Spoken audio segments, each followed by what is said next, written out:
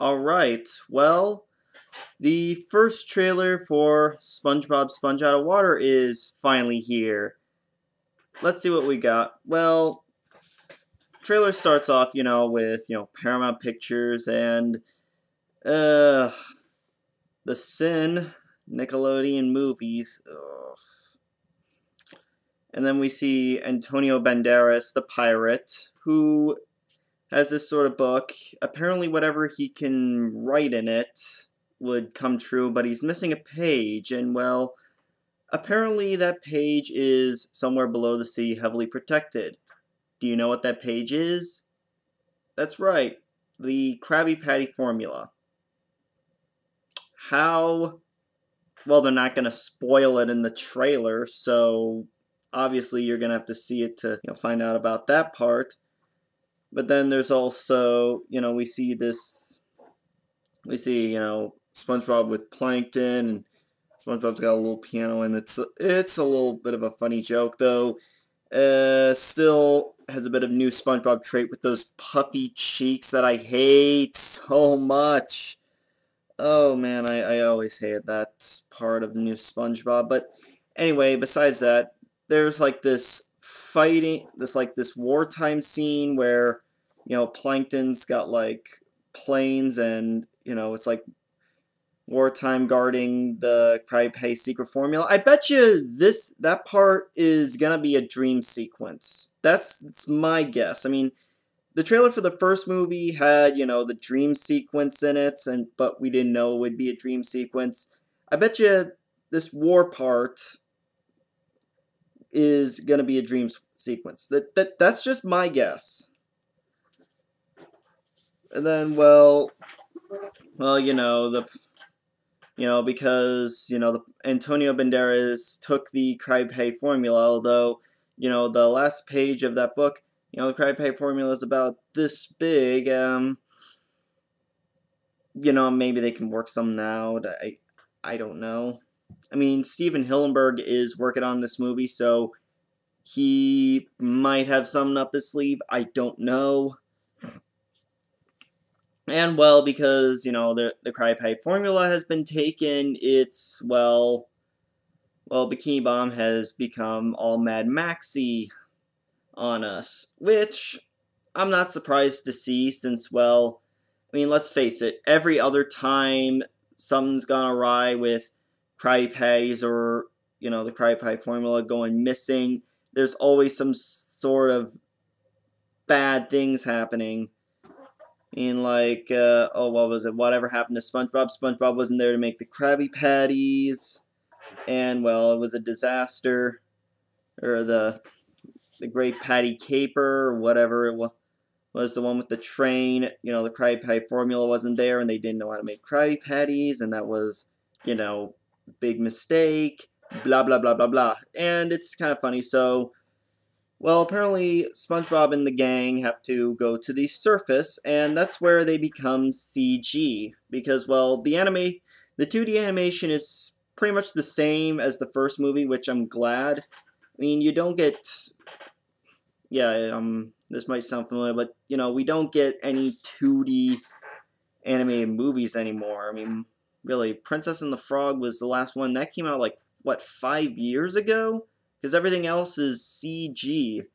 And, like I said, this movie has CG too. When, SpongeBob, Patrick, Mr. Krabs, Squidward, and Sandy get to the surface, they're all CG. And, while they are the same size as SpongeBob and Patrick were on land in the first movie, I still wish they would have done, the 2D animation like in the first movie. Because the CG, I don't know, it looks more like a cross between claymation from Aardman Productions, the guys that do Wallace and Gromit, mixed with a little CG. So, okay, saying that would be flushed away, but anyway, it looks mediocre. I don't really like it. And while they think that this one big hairy guy is some sort of porpoise, they're like, we need to get him back in the water. SpongeBob, Patrick, didn't you meet Hasselhoff, a human? I mean, he was fine not being in the water. I mean, really. Though we still get some funny bits with like Patrick and an ice cream cone. He sees this hot chick, but he's really going for the ice cream cone. And then, well, we see a little bit of the battle with Antonio Banderas and, all the guys, you know, all of them in those foul poses. Like like with the picture that was shown on the USA Today article, that's a scene from the movie. Those weren't statues, that was the actual CG. I mean, it's still mediocre, and I still would have preferred the IJLSA, but moving on.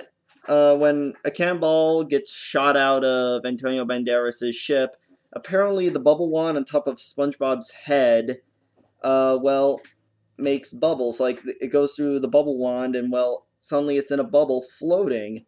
So, at least that part of SpongeBob's costume has some functionality, and makes it less stupid than it originally was, but it still looks kind of dumb. And, Patrick's power is, he's like Magneto if Magneto attracted ice cream instead of metal, which, I mean, that was, it was okay. Though, you have Plankton the Hulk and Sandy suddenly a realistic squirrel.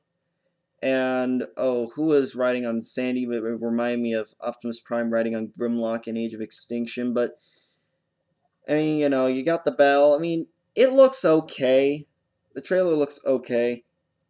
And, at this point, you're probably wondering, he's being pretty positive. Not really much negativity, though, he said okay, but he's not saying, he's not screaming to the top of his lungs saying, what the fuck is this shit? Well, here's where this part comes in. I need to address this. Like, this needs to be addressed about this movie.